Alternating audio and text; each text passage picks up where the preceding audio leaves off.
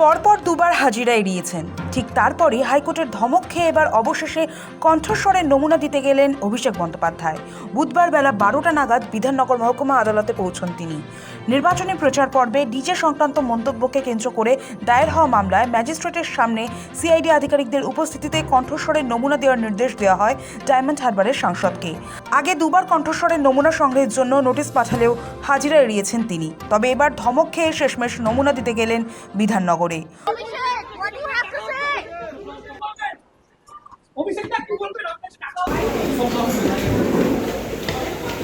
এদিকে এই হাজিরাকে কেন্দ্র করে বুধবার সকাল থেকে বিধাননগর আদালত চত্বরে নিরাপত্তা ব্যবস্থা এক ধাক্কায় চরম আঁটোসাঁটো করা হয়।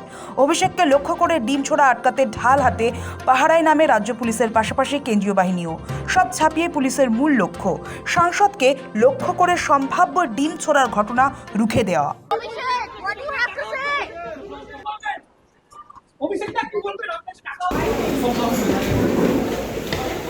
নির্বাচনী প্রচার পর্বে ডিজে সংক্রান্ত একটি বিতর্কিত মন্তব্যের জেরে অভিষেক বন্দ্যোপাধ্যায়ের বিরুদ্ধে মামলা রুজু হয়েছিল।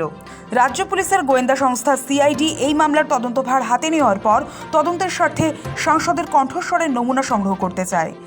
আদালত এর আগে নির্দেশ দিয়েছিল যে অভিষেককে তদন্তের সব রকম সহযোগিতা করতে হবে, তবে তদন্তকারী সংস্থা তার বিরুদ্ধে কোনো কঠোর পদক্ষেপ করতে পারবে না।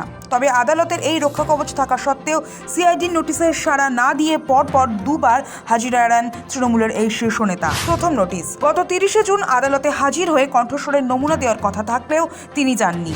দ্বিতীয় নোটিশ গত 8ই জুলাই ফের তাকে তলব করা হলে সেদিনও হাজিরা এড়িয়ে যান ডায়মন্ড হারবারের সাংসদ। কণ্ঠস্বরের নমুনার নির্দেশকে চ্যালেঞ্জ করে কলকাতা হাইকোর্টে তিনি প্রশ্ন তোলেন। স্বীকার করে নেওয়ার পরও নমুনা সংগ্রহের প্রয়োজন কি? হাইকোর্টের কড়া অবস্থান ও ডিম বিতর্ক। পরপর দুবার হাজিরা এড়ানোর পর গত 10ই জুলাই কলকাতা হাইকোর্টের ভৎসনার মুখে পড়েন অভিষেক বন্দ্যোপাধ্যায়। শুনানির সময় বিচারপতি স্পষ্ট ভাষায় সতর্ক করে জানান, অবিলম্বে সিআইডির কাছে কণ্ঠস্বরের নমুনা দিয়ে তদন্তে সহযোগিতা না করলে আদালত তার ওপর থাকা আইনি রক্ষাকবচ তুলে নেবে। আর তেমনটা হলে অভিষেককে গ্রেফতার বা তার বিরুদ্ধে কঠোর পদক্ষেপ করার ক্ষেত্রে সিআইডির সামনে আর কোনো আইনি বাধা থাকবে না। উচ্চ আদালতের এই চরম হুঁশিয়ারির পরই সুর নরম করে অভিষেকের আইনজীবী আশ্বাস দেন, আদালতের নির্দেশ মেনে বুধবারই ম্যাজিস্ট্রেটের সামনে কণ্ঠস্বরের নমুনা দিতে যাবেন তার মক্কেল। তবে একই সঙ্গে আদালতে এক অদ্ভুত আর্জি জানান আইনজীবী।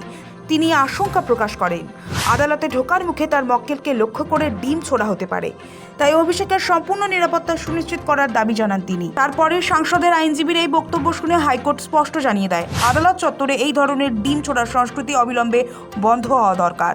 রাজ্য প্রশাসনকে এই বিষয়ে কড়া নির্দেশ দিয়ে আদালত জানায়, অভিষেক বন্দ্যোপাধ্যায়ের আদালতে যাতায়াতের সময় যাতে কোনো অপ্রীতিকর ঘটনা না ঘটে এবং আইন শৃঙ্খলার অবনতি না হয় তা সম্পূর্ণভাবে রাজ্য সরকারকেই সুনিশ্চিত করতে হবে।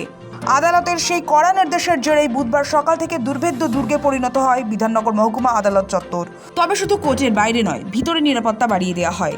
দুপুর 1টা নাগাদ কণ্ঠস্বরের নমুনা নেওয়ার কাজ সম্পন্ন হয়। পরে নমুনা সংরক্ষণ করে গালা দিয়ে তা আটকানোর প্রক্রিয়া চলে।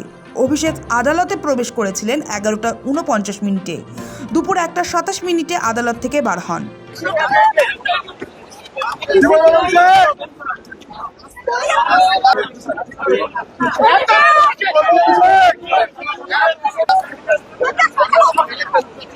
দেখতেই পাচ্ছেন যে অভিষেক বিধাননগর আদালতের তরফে অভিষেকের কণ্ঠস্বরের নমুনা সংগ্রহের জন্য 18ই জুলাইয়ের তারিখ ধার্য করা হয়েছিল। তবে তার 3 দিন আগে বিধাননগর আদালতে কণ্ঠস্বরের নমুনা দিতে গেলেন তৃণমূল সাংসদ অভিষেক বন্দ্যোপাধ্যায়। সৌভিক সান্যালের রিপোর্ট, সময়, কলকাতা।